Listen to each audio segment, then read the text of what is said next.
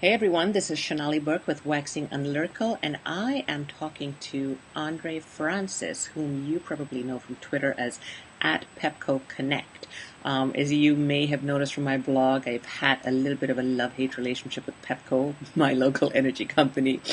And before going into a full-on rant post, I thought it would only be fair to actually talk to Andre, who is the guy behind Pepco's social media efforts, and find out what they're doing in terms of staying in touch with their customers from a social media point of view. So, Andre, thanks so much for doing this, and hello. Hi, thank you for having me.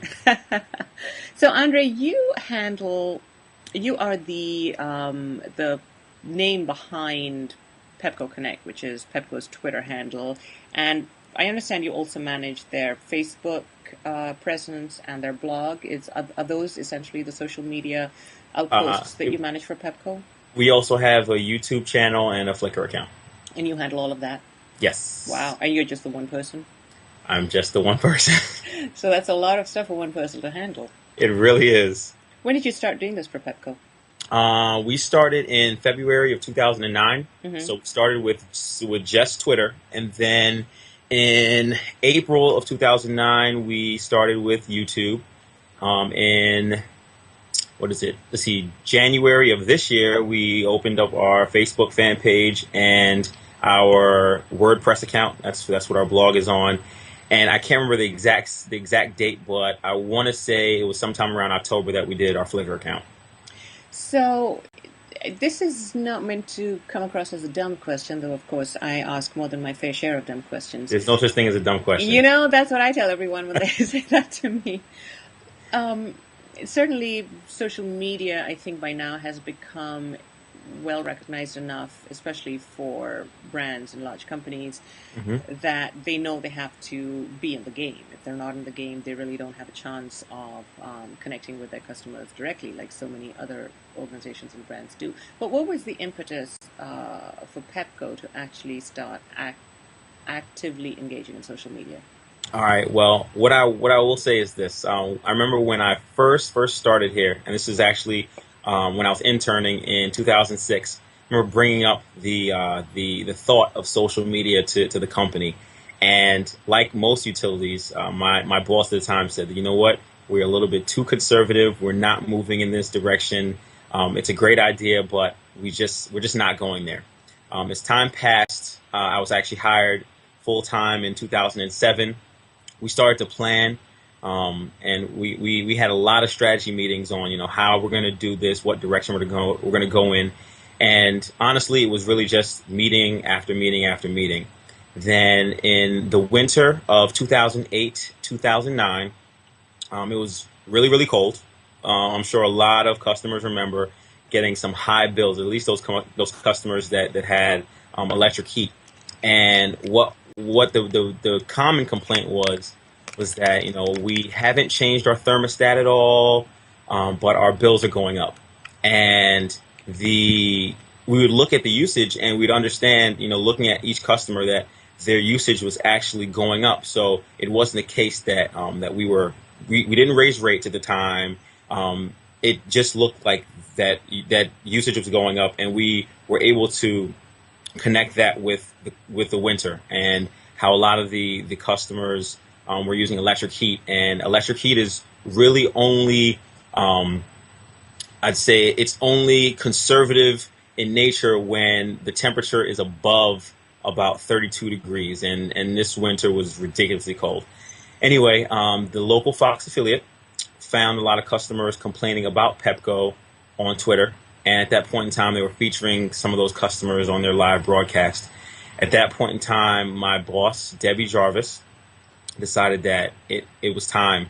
That granted, we weren't completely ready with our strategy, but it was time that we jumped in because we wanted to get an unfiltered message out there. We had tried the traditional press release and the press conference, but it wasn't working.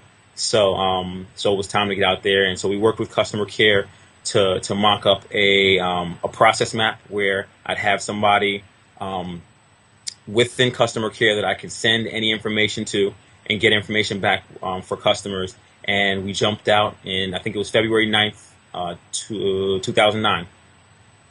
So, were you already with Pepco before the social media efforts were underway, or were you hired while they were Yes. deciding to get on board? Yes, it's yeah. This is actually kind of interesting. I was hired as a media rep, so I was a media rep with the company since June of 2007, and that February I continued being a media rep, but being the youngest person on the team and the most knowledgeable of social media, they decided that it would be right to put it in my lap. So I thought it was a great opportunity. It was something that we definitely needed to do.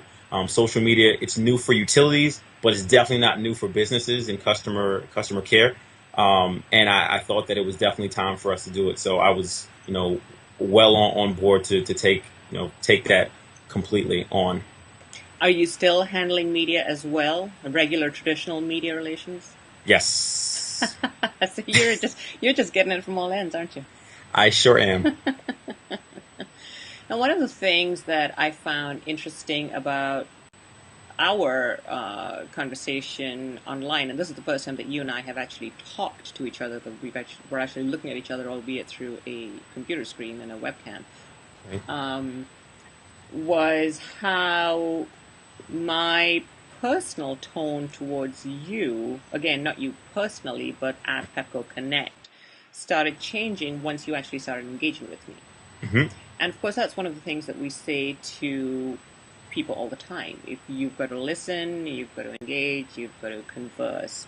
And I would suspect that that is one of the things that you have been trying to drive home within the organization, that it's not just about talking out to people, but it's about talking with people and listening to them and talking with hearing what they have to say and responding to them. Tell me some of the experiences that you've had that you remember where similar changes in perception or tone have happened. Well, what I'll say is this with regard to that. A lot of times, anytime that somebody is complaining about something, somebody is venting about the company, I have a few different responses that are, I guess, directed towards me. One is, oh my gosh, big brother. So, I'm speaking about Pepco. They just tweeted to me. Sometimes they vent and I respond, and I guess they didn't know that I was there, and they don't respond at all. That's not really the way that I would like for it to go. I'd like to help every single customer that says anything about Pepco, but that's just definitely not going to happen. And then most people are just like you, where they start off, up here being very, very aggravated about something, and then once I step in, I can bring it down a little bit, and I think that's the main goal.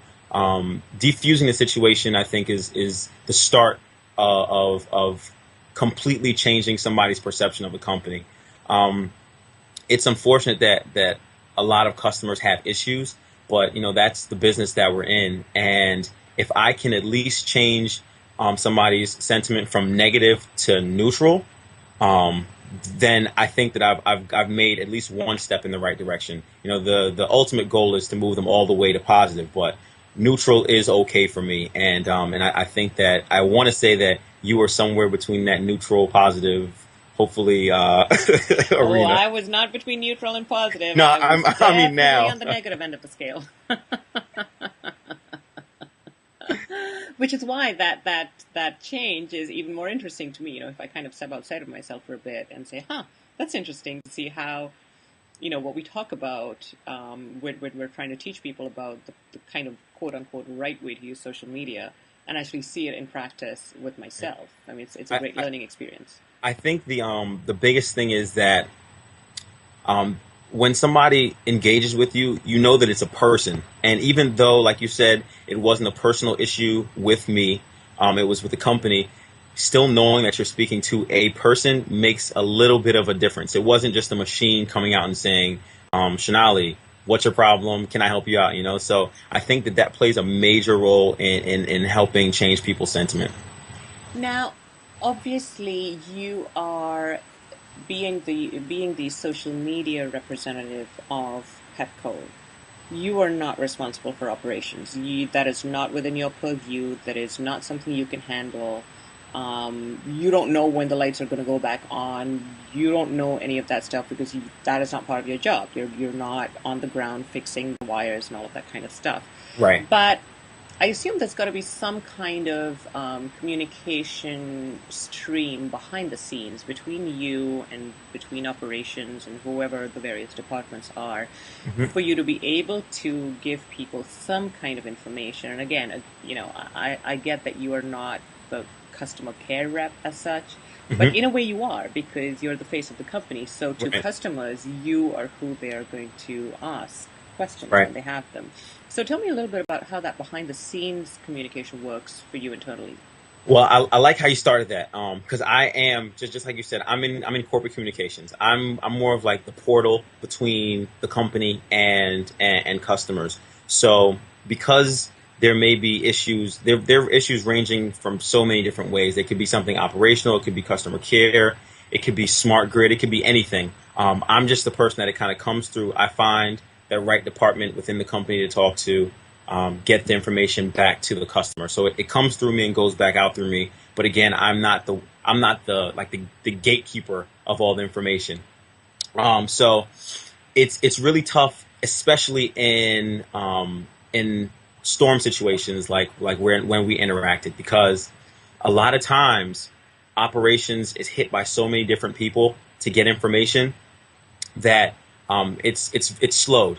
So a lot of times, as much as I don't want to say I don't have this when a customer asks for something via Twitter, if operations doesn't provide me that information, I'd rather say that I don't have it than make up something, because the worst thing to do is set the wrong expectation, and then it doesn't come through. So again, I can only really move with what information I do have, and that's what I do on a daily basis.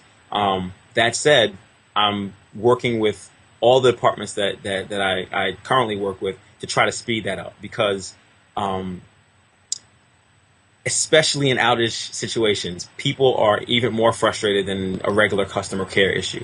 Customer care issues, people can tend to wait, a day, 2, 3 days, even. During outages, people want to know what's going on right then and there. And I'm working on trying to expedite that information as quickly as possible. Again, it still lies within operations, but, you know, getting the right support on my side, I may be able to get that information a little bit quicker than we've done so far. Now, in the year or so that about a year and a half or so that you've been handling social media for Pepco, what are some of the challenges that you've faced that really kind of stick out in your memory? Challenges. Let's see. So I'll say, I'll list two challenges, and one will be internal and the other will be external. Internally is going back to, during the storm, not having that information at hand quickly enough, I guess, for customers at least. It's really hard to read all the tweets regarding Pepco, and seeing people that are really frustrated. Trust me, I totally understand when people are frustrated. I empathize with them. I can't get mad at them because I totally understand where they're coming from. If I was in customer situations, I'd probably react the exact same way. So what I try to do is I try to sit in their shoe, in their seat rather, and try to provide information in that way. So not having all the information at hand is something that's a challenge in my opinion. The other challenge I would say is, I guess how do you put this? Customers who I've helped out, but even though I've helped out, they're still never satisfied. I've had a fair amount of customers that we've actually done we've gone leaps and bounds ahead of what we do for normal customers, and they still weren't satisfied, and they continue to be very vocal, and it's hard to see that you put in that work but not be appreciated.